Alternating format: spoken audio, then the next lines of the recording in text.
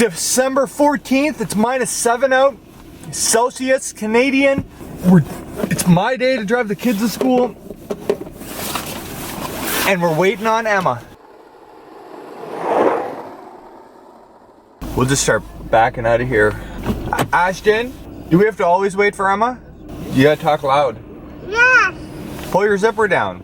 Do, do, do, do, do, do, do, do. We were supposed to leave for school 13 minutes ago. She takes forever. She takes forever? Get used to it, man. You've been waiting around for women the rest of your life.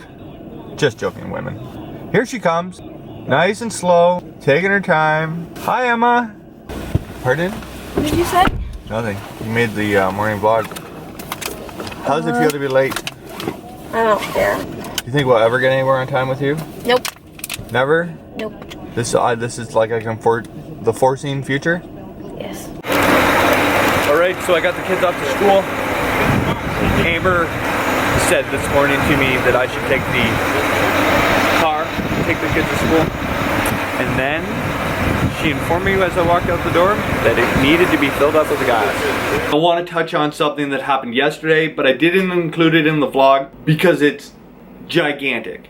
I wanted to wait till today, and it's basically going to be most of the vlog. Now, it started the other day with an email I received from somebody named Jay from the United States. I don't see their last name on here, but that's irrelevant. I got an email telling me a story of somebody who had a heartfelt story that choked me up about they had traveled to Rice Lake, and he had traveled with his father, and over the last couple of years he had gone back and his father had passed away. Now, he did mention that he saw the FearFishing Unspooled videos and that he had caught some fish off some of the spots, which was really cool. And as the email goes on, a complete stranger of somebody I've never ever met in my life, the words of encouragement to keep going and never give up are gigantic. I've seldomly experienced something in my life that was so heartfelt. Now, what's gigantic about this? That Jay, aka Little Hickory Stump, sent a Best Buy gift card to cover the drone. Somebody had enough, this chokes me up now, but somebody who I'd never met before watched one of my videos and is watching the vlog, and thank you. This is the most heartfelt gift probably ever received in my life. That somebody I'd never met encouraged me from a different country to keep going with this. So Jay, aka Little Hickory on the YouTube, I can't tell you how much this means to me and how greatly it touches my heart to have somebody back this whole colostrophe of a mess that FearFishing is. Now, let's get in the truck, go to Best Buy, get that drone, and then get some corn and bait those deer because I really need to shoot a deer before the end of the year. We're back to the Best Buy, Peterborough, Ontario. Hopefully we're gonna pull the trigger. I just received a text message from Mike Adamson, who's plowing the roads in Peterborough today. Been looking the streets clean. Shout out to you for sending me a message. He said he saw the FearFishing truck pass him. All right, throwing down on the Best Buy. Looks if I can find somebody, like we're gonna get the Phantom 3 standard. From everything I read, it's the perfect starter drone. I gotta track somebody down to get me one. Got a good picture. All right, we're here at the Best Buy, picking up the drone. Somebody actually sent through the web the money to buy for this. Really? Yeah, just from the United States. Can't say no to that then. Dude, amazing. Huge shout out. We're gonna get a drone and we're getting out of here and then we're probably gonna break it. All right, I'll be right back. All right, we just left the Best Buy. We got the drone. Thank you again, Jay. Colton, my Best Buy salesman, actually subscribed to the FearFishing YouTube channel. So thank you, Colton. Excellent service. Show your manager this. You did a great job.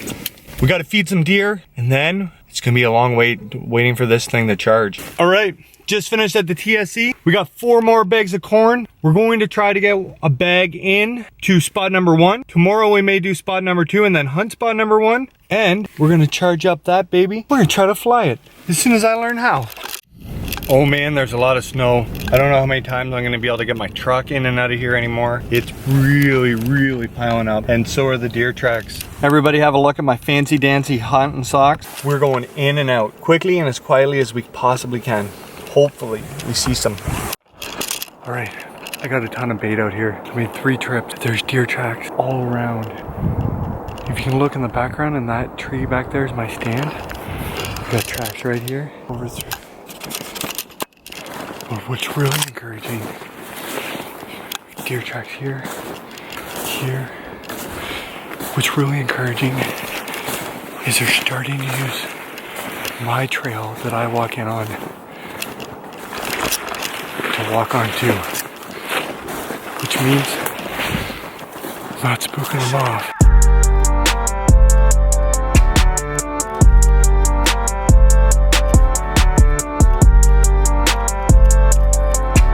We get one more big snowfall, and I don't know if we'll get the truck in and out of there anymore.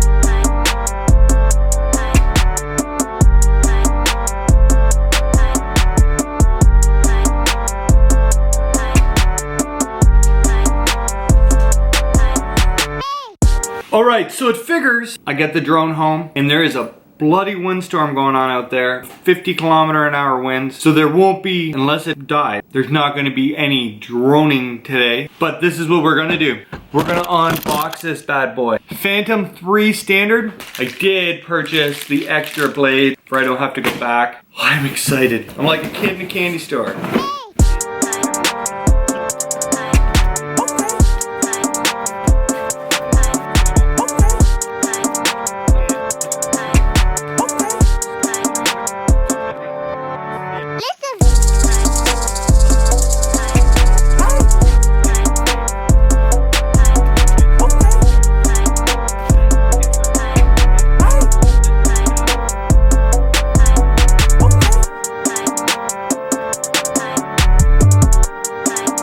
If you just think about how far technology has come in my lifetime of 34 years, this, having a drone, not that long ago was next to impossible. It's amazing what we've come up with in the world and how do I say it? In the next 10 years, how much things are going to change. All right, just getting ready to pick up the kids. The bell rings for Emma in about a minute, so I should see her in about 15. It is so windy out here today. It is literally moving the truck back and forth. This is no good for drones. We're totally gonna have to wait till tomorrow.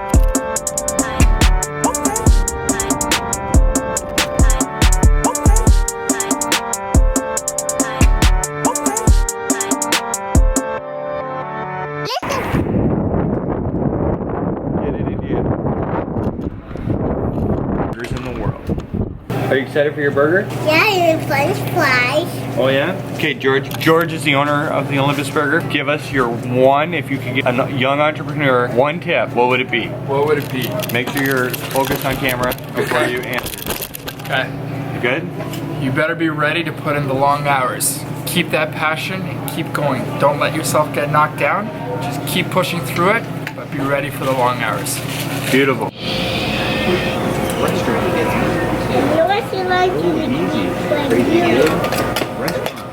Here you go. You Ashton, ready? let's make some room. Make some room. There. Stop swinging. I'm having your french fries. You didn't eat Thank them you, sir. last time. Thank you very much. What? Ashton, Take a bite. What do you think?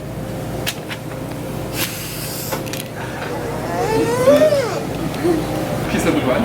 Come with me. I don't want it in there. Oh, it's so good. All right. Hey, can you say thank you to George? Thank you. You got it. You're welcome. Thanks, George. Best burgers in the world.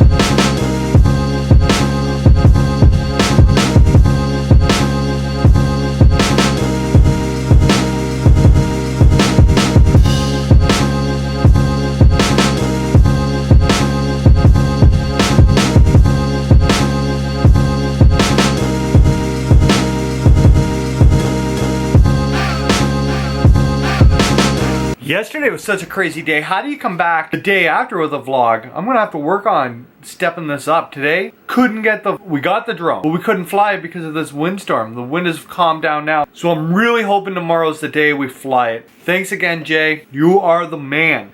Now, it's that time again. Q&A.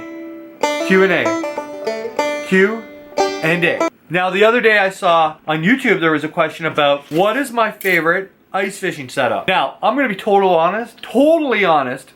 Out of all the things you could possibly do in fishing, standing out on that frozen lake, freezing is probably my least favorite one to do. If it came down to like selling the boat and becoming an ice fisherman, it's never going to happen. To say, Ian, you can go ice fishing or you can go to Florida bass fishing is always going to win. Now, that being said, I do go ice fishing because I live in Canada and it is pretty much frozen here 6 months a year. My favorite thing to catch through the ice, lake trout. My favorite lakes to go to, Northern Ontario.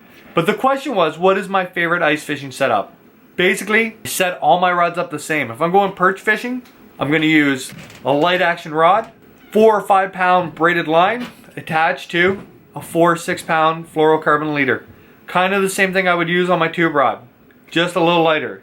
If I'm going lake trout or walleye fishing, same rod, little bigger reel, little stiffer action. Maybe I'm going to use 10 pound braid and go to a 6 or 8 pound leader. I will give you, I'm not the guy to go to for ice fishing tips. Basically, I will go where anybody says it's good. And the best part about ice fishing too, I will throw it out there, that this combo, I think this Shimano reel cost $30, $40. Ice fishing rod, you can get like 40 bucks. I'll buy you the best ice fishing rod on the planet. It is a little expensive, but I've had this rod and reel a long time. I've had, you know, this rod and reel for probably since high school. And basically, they last forever. Put them in a case, look after them. Ice fishing is extremely cheap, and you don't even have to go this far. My dad still uses a tip up, a paint stick, and catches perch like crazy. I've actually never seen him use a regular rod and reel. So yesterday was huge. Today, we bought the drone. Tomorrow, if it's not windy, we're flying it. If you're watching this, please take a second and subscribe right here to the FearFishing YouTube channel. And if you already subscribed, make sure you watch yesterday's video. And even if you didn't subscribe, watch yesterday's video. And then subscribe. And then watch yesterday's video again. Peace out. We will see you tomorrow, December 15th. From the 14th. Peace.